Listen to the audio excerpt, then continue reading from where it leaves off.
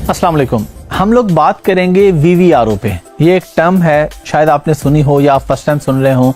इसका मतलब है very very real order. VVRO, very very real order. ये होता क्या है और क्यों हम इसको करते हैं? ये होता है आपकी रैंकिंग में आपको हेल्प करता है। पहले हम ये बात कर लेते हैं कि हम कितने % VVRO करते हैं, क्या करते हैं, फिर हम VVRO पे डिटेल में बाद में बात करते हैं।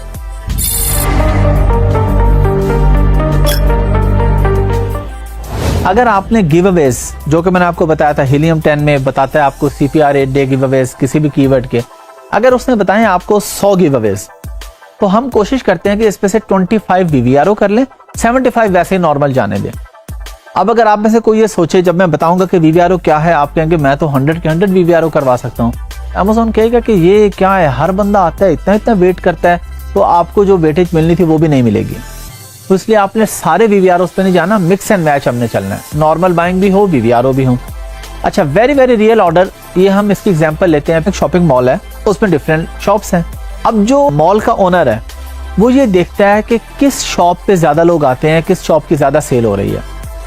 उन्होंने कैमरे लगाए हैं, वो देखते हैं कि एक बंदा शॉपिंग मॉल में एंटर हुआ है, हाफिज अहमद की शॉप पे आया है और शॉप के अंदर घूम के बाहर चला गया। उसके बाद वो साथ XYZ की शॉप पे गया है, साथ ABC शॉप पे गया है, साथ एक और शॉप पे गया है। 3-4 शॉप्स पे घूमने के बाद वो दोबारा हाफिज अहमद की शॉप पे आया है और इससे परचेज करके चला गया। कैमरे लगा के टीम बैठी हुई है, वो वेटेज देंगे, वो कहेंगे ये जो शॉप वाला है ना, इसके पास क्या ऐसी कमाल की प्रोडक्ट है कि लोग आते हैं इसके पास से बाहर चले जाते हैं, बाकियों की तरफ घूमते हैं, देखते हैं, फिर वापस इसके पास आते हैं और परचेज करके चले जाते हैं। मैं आपको एग्जांपल दे रहा हूँ ना, पाकिस्तान में तो ऐसा नहीं होता, उसने कौन सा कोई वेटेज देनी होती है आपको। एग्जांपल ताकि आपको बात समझ आ जाए। हम ये कहते हैं कि उसने ये सोचा था कि जिस बंदे की सेल्स अच्छी होंगी ना, मॉल का ओनर ये कहता है कि मैं उसको रेंट में 20% ऑफ कर दूंगा। वो ये देखते हैं, अच्छा इस बंदे के पास लोग आते हैं, चले जाते हैं, फिर आते हैं, लेके चले जाते हैं, इसका मतलब है इसका ऑफ बनता है, इसकी प्रोडक्ट बहुत अच्छी है, इसकी प्रोडक्ट ज्यादा बिकनी चाहिए। वो आपको अलाउ कर देते हैं, जी आप बाहर भी स्टैंडी लगा लें, आपकी प्रोडक्ट बहुत अच्छी है, आप एक्स्ट्रा मार्केटिंग कर सकते हैं सेम प्राइस में, कोई ना कोई आपको बेनिफिट देता है। यही काम Amazon पर होता है।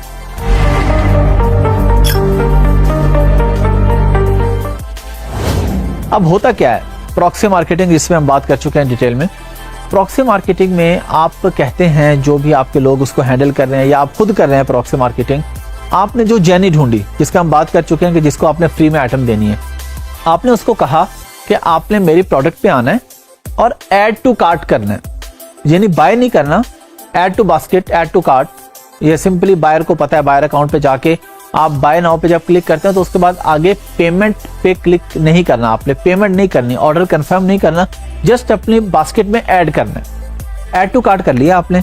अब ऐड टू कार्ट करके आपने उसे कहना है कि थोड़ी देर वेट करे और उसके बाद जो बेस्ट सेलर है इस प्रोडक्ट का ऑलरेडी, जो कंपेटिटर है, उसको भी ऐड कर ले, उसको भी ऐड कर ले, 1-2 और को भी ऐड कर ले और 1-2 दिन के लिए छोड़ दे। सब ने बराबर नहीं करना कि सब 1-2 दिन के लिए छोड़ दे, कोई 24 घंटे के लिए छोड़ दे, कोई 16 घंटे के लिए। उसके बाद वो आए, बाकियों को डिलीट करे और आपसे बाय कर ले, आपको पेमेंट कर दे। अब Amazon आपको वेटेज देता है उस पर, तो Amazon अब आपको रैंकिंग में आपका BSR बेहतर करेगा। फिर add to cart over existing add to cart, यानी पहले से ऐड टू कार्ट किया हुआ उसके ऊपर ऐड टू कार्ट किया, चेकआउट किया, विश लिस्ट में डाला, यानी ऐसे काम किए वहां पे आके कि Amazon को लगा कि ये बहुत ही रियल ऑर्डर है और इसको वेटेज मिलनी चाहिए। आपने अपनी जेनी को कहा, सब हर जेनी को नहीं, किसी किसी जेनी को, यानी 25% में से भी 3-4% को आपने कहा कि आपने मेरी लिस्टिंग पे आना है और उस पर आके कोई क्वेश्चन करना है। उसने क्वेश्चन किया कि ये जो प्रोडक्ट है आपकी, क्या इसका मटेरियल बहुत अच्छा है? एग्जांपल दे रहा हूं, उसने कोई भी कुछ सवाल किया। अब आपने फौरन जवाब नहीं दिया, उसको देना भी नहीं है। 4-6-8 घंटे गुजरने के बाद आपने रिप्लाई किया, जी बिल्कुल ये प्रोडक्ट बहुत अच्छी है, ये आपके लिए बहुत अच्छी रहेगी, बड़ी अच्छी पैकिंग है, प्राइस भी बड़े मुनासिब है। आपने उसके 2-4 फीचर्स उसको बता दिए या जो उसने पूछे उतने बता दिए। उसके बाद उसने जाके उसको परचेज किया। अब Amazon कहेगा कि इतना टाइम लगा, एक बंदा आया, उसने लिस्टिंग पे टाइम लगाया, क्वेश्चन किया, फिर रिप्लाई किया, उसने फिर डिसाइड किया कि मुझे इससे बाय करना है, आपको वेटेज मिलेगी। तो कोई भी ऐसा काम जिससे लगे कि अब ये भी नहीं है कि सब काम बिल्कुल बराबर हो रहे हैं, फिक्स टाइमिंग पे हो रहे हैं, टाइमिंग ऊपर नीचे होनी चाहिए, और जब बायर बाय करने आए तो उसे ये भी कहना है कि कुछ केसेस में वो 2-3 घंटे के बाद ही बाय कर लेगा। तो वेरी वेरी रियल ऑर्डर हम करवाते हैं अपने रैंकिंग को बूस्ट करने के लिए। सिंपल गिव अवेज, और ये हम उसी सूरत में करते हैं, तभी करते हैं जब हमें अमेज़ॉन अलाउ करता है कि आप गिव अवेज कर दें, आप ये प्लेटफॉर्म यूज़ कर लें, ये कर लें, वायरल लॉन्च के थ्रू कर लें, कोई भी प्लेटफॉर्म है, मैं सिर्फ एग्जांपल दे रहा हूँ आपको। उस प्लेटफॉर्म के थ्रू अगर आप गिव अवेज करते हैं, अमेज़ॉन अलाउ करते हैं, उस पर आप VVRO भी कर लेते हैं। जो भी काम करना है हमने अमेज़ॉन की पॉलिसीज में रहते हुए करना है।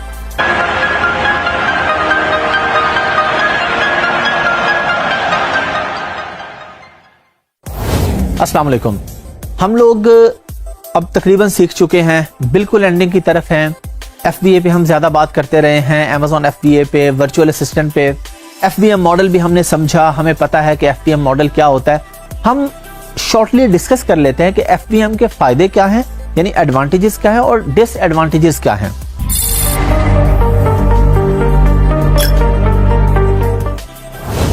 पहले हम बात करते हैं एडवांटेजेस पे। पहला एडवांटेज उसका ये है कि उसमें आपको FBA फीस नहीं पड़ती। आप सामान अपने घर पे रखते हैं या अपने वेयर हाउस पे रखते हैं, चलें वेयर हाउस तो रेंट पे होगा, उसमें भी आपके कुछ पैसे बच सकते हैं। लेकिन अगर आपके घर पे है तो आपकी बिल्कुल कोई कॉस्ट नहीं है, आपकी जो सिर्फ अमेज़ॉन पे सेल कर रहे हैं उसकी परसेंटेज है। FBA फीस आपको नहीं पड़ रही है। अमेज़ॉन ये नहीं कह रहा जी मुझे स्टोरेज चार्जेस पे करें, पिक पैक शिप पे करें, वो आपको नहीं पे करना पड़ रहा। सेकेंडली ये है कि आपकी क्वांटिटी आपके हाथ में है। FBA में होता है कि आपने 100 यूनिट भेजे हैं, बाज़ दफ़ा मसला आ गया, अब आप केस खोल रहे हैं जी मैंने तो 1 हफ्ता हो के भेज दिए हैं। अमेज़ॉन कह रहा है अच्छा जी 2 दिन में लाइव हो जाएगा, 4 दिन में हो जाएगा।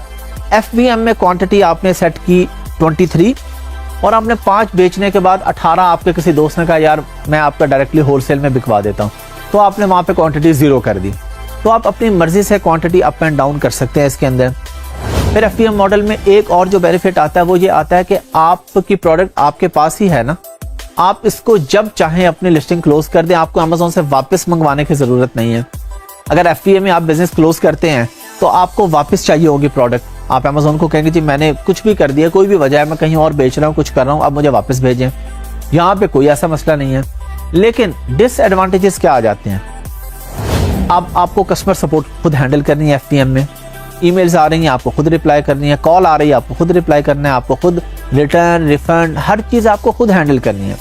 बायर ने आपको कोई मैसेज किया है तो विद इन 24 आवर्स आपने अमेज़ॉन सेलर सेंट्रल के अंदर उसको रिप्लाई करना है। रिप्लाई नहीं करते अकाउंट की हेल्थ खराब हो रही है। एक और डिसएडवांटेज ये है कि प्रोडक्ट आप बेच रहे हैं, अचानक आपको 2-4 दिन के लिए कहीं जाना पड़ गया तो आप क्वांटिटी 0 करके या शॉप ऑफ करके जाएंगे।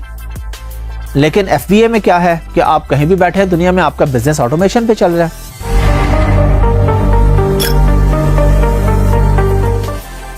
अगर कोई मुझसे पूछे कि आप FBM या FBA को कितने मार्क्स देंगे आउट ऑफ 100, तो मैं कहूँगा FBM को 30 और FBA को 70। उसकी रीज़न ये है कि FBA मॉडल में आप कहीं भी बैठे हैं, आपके मज़े आपका बिजनेस चल रहा है। FBM मॉडल में आपका होना ज़रूरी है, आपको खुद काम करना ज़रूरी है, आपको रिप्लाई करना ज़रूरी है, आपको रिटर्न्स हैंडल करना ज़रूरी है, आपको रिफंड्स हैंडल करना ज़रूरी है। तो वो इटसेल्फ एक फुल टाइम जॉब है। हम अमेज़ॉन का बिजनेस क्यों रिकमेंड करते हैं कि ये बिजनेस ऑटोमेशन पे है, आप दुनिया में कहीं भी हो आपका बिजनेस चल रहा होता है। फिर FBA में आपको सेल्स भी ज़्यादा मिलती हैं, सेल्स ज़्यादा मिल रही हैं, सब कुछ अमेज़ॉन हैंडल कर रहा है। अगर आप ओवरऑल देखें ना कि ठीक है आपको FBA फीस नहीं पड़ रही FBM मॉडल में, लेकिन आप काम भी तो कर रहे हैं ना। आपका अगर वेयर हाउस है उसका रेंट पे कर रहे हैं, कौंसल टैक्स पे कर रहे हैं, तो बात तकरीबन वहीं आ पड़ती है। दिखने में आपको लगता है कि अच्छा FBA फीस मुझे नहीं पड़ रही, लेकिन आपको सेल वेलोसिटी भी कम मिल रही है। FBA वाले को सेल ज़्यादा मिल रही है।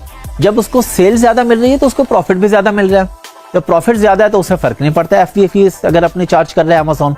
ज़ाहिर है अमेज़ॉन हमारे बिहाफ पे, आपके बिहाफ पे सारी चीज़ें मैनेज कर रहा है, तो उसका राइट है पैसे चार्ज करना।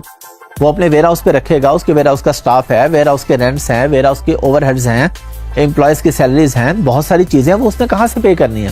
फ्री में तो कोई काम नहीं करेगा ना।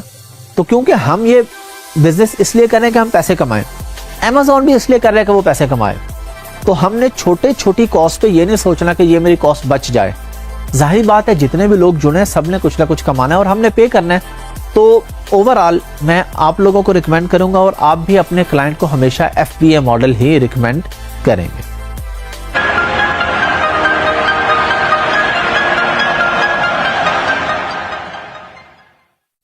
अस्सलाम वालेकुम। एज अ फ्रीलांसर या एज अ वर्चुअल असिस्टेंट आपकी जिम्मेदारी है कि आपने अपने क्लाइंट को रिपोर्ट करना है, उसको बताना है कि उसका काम कहां तक पहुंचा है, क्या हो रहा है। अब रिपोर्टिंग का तरीकाकार क्या होता है, इसमें आपके लिए सबसे मजे की चीज ये है कि आपने कॉल पे रिपोर्ट नहीं करनी होती। कभी कभार होता है कॉल पे, लेकिन जो रिपोर्टिंग का प्रॉपर तरीकाकार है वो मैसेज पे होता है, वो व्हाट्सएप पे होता है या ईमेल पे होता है, या आप कोई सॉफ्टवेयर यूज करते हैं अगर क्लाइंट ने आपको दिया कोई, नॉर्मली व्हाट्सएप पे होता है। ये आपने एक व्हाट्सएप ग्रुप बनाना होता है जिसमें आपकी टीम के रेलेवेंट लोग ऐड होते हैं, या अगर आप अकेले हैं तो बस आपका और आपके क्लाइंट का व्हाट्सएप ग्रुप है। अब उसमें आपने उसको डेली बेसिस पे उसको रिपोर्ट भेजनी है कि आज आपके कितने ऑर्डर्स आए थे, ऑर्गेनिक कितने थे और पीपीसी के कितने ऑर्डर्स थे। ये हम रिपोर्टिंग में सारे काम सीख चुके हैं। या जो रिपोर्ट वो आपसे मांगे ये आपने उसको व्हाट्सएप ग्रुप में देनी है डेली बेसिस पे।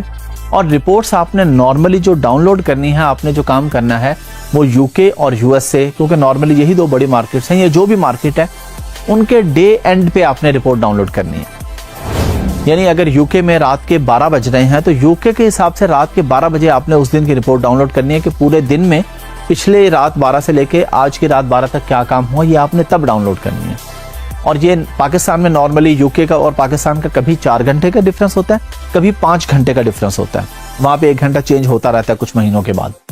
तो आपके पास सुबह 4 या 5 बज रहे होंगे, नॉर्मली आपने उस टाइम पे करनी है, या सुबह 6-7 बजे कर लेंगे बस रात 12 के बाद, क्योंकि इतनी सेल्स ही नहीं होती। तो आपने फुल डे की रिपोर्ट बेसिकली डाउनलोड करनी है। अब डाउनलोड करके आपने क्लाइंट को भेज दी, उसे पता चल रहा है कि अच्छा मेरे इतने ऑर्डर्स आए थे, ऑर्गेनिक इतने थे, मुझे इसमें प्रॉफिट हुआ या लॉस हुआ। शुरू में क्योंकि लॉस पे नजर आ रहा होगा, पीपीसी पे ज्यादा पैसे लग रहे हैं, आपने प्राइस भी थोड़ी डाउन रखी हुई है। और क्लाइंट के साथ आपने पहले दिन से ही मैनेज करके चीजें चलनी है। एक्साइटमेंट में ऐसी चीज नहीं कर लेने के बाद में आप तंग हो और आपका क्लाइंट डिस्टर्ब हो।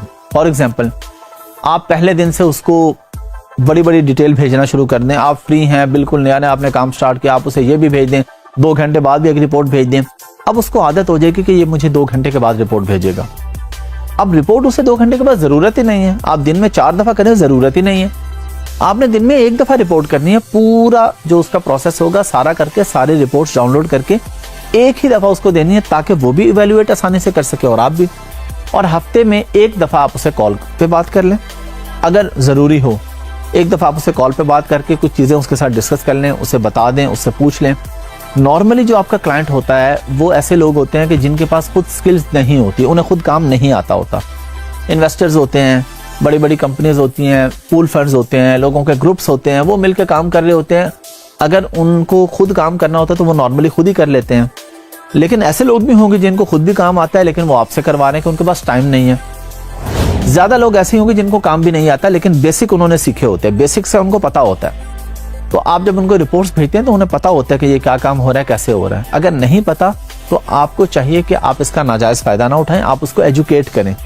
अगर वो आपसे पूछते हैं जी मुझे ये रिपोर्ट देखनी कैसे, तो उसको एक एक चीज बताएं, कुछ छुपाए नहीं उसके अंदर। तो ये रिपोर्ट करना बहुत ही आसान सा काम है। व्हाट्सएप ग्रुप पे, ईमेल पे भी आप कर सकते हैं। कोई टूल है, कोई सॉफ्टवेयर है माइक्रोसॉफ्ट का या किसी भी कंपनी का, डिफरेंट टूल्स होते हैं जहाँ पे टास्क वगैरह होते हैं कि जी ये टास्क मिला था, ये काम हो गया, ये नहीं हुआ। सिंपली रिपोर्टिंग आप सीख चुके हैं, क्लाइंट को कैसे करनी है, व्हाट्सएप पे करनी है और पोलाइटली करनी है। अगर वो कोई बात पूछता है तो उसको ऑन टाइम रिप्लाई करना है, ऑन टाइम रिप्लाई जरूर करना है आपने। अगर वो दिन में आपको 3-4 दफा भी पूछ लेता है तो कम्युनिकेशन में गैप नहीं होना चाहिए। अगर किसी दिन कोई सेल नहीं हुई, नया नया अकाउंट है, किसी दिन कोई सेल नहीं हुई, ना पीपीसी के लिए कुछ भी नहीं हुआ, रिपोर्ट आप फिर भी भेजेंगे कि जी आज कुछ भी नहीं हुआ, नो प्रोग्रेस, आज कोई सेल नहीं हुई, या अभी हमारी प्रोडक्ट जो हंट हो गई है। अब उसके बाद आपने उसे, ये तो रिपोर्टिंग में आपको बता रहा हूँ जब अकाउंट चल रहा है, उससे पहले की क्या रिपोर्ट है, जी हंट हो गई है, अब सोर्सिंग स्टेज पे है, अब यूके पहुंच गई है या यूएसए पहुंच गई है, अब ये अमेजोन की तरफ है। अब अमेजोन वेयरहाउस पे जाते हो सकता है 5 दिन लग जाए उसको लाइव होते, तो आपने 5 दिन उसको रिपोर्ट करना है कि जी सेम प्रोग्रेस है, अभी ऑन द वे है, अभी लाइव नहीं हुई, जैसे ही लाइव होगी मैं आपको अपडेट कर दूंगा। तो इस तरह की सारी चीजें, और कम्युनिकेशन आपकी बेहतर होनी चाहिए। इंग्लिश इतनी मैटर नहीं कर रही, कम्युनिकेशन मैटर कर रही है कि आप उससे बात कर रहे हैं, उसको बता रहे हैं। तो इस तरीके से आपका क्लाइंट भी हैप्पी रहता है और आपको भी पता होता है कि मैं डेली बेसिस पे काम कर रहा हूँ, जिम्मेदारी से काम कर रहा हूँ, तो आप भी प्रॉब्लम में नहीं आते और आपका क्लाइंट भी प्रॉब्लम में नहीं आता।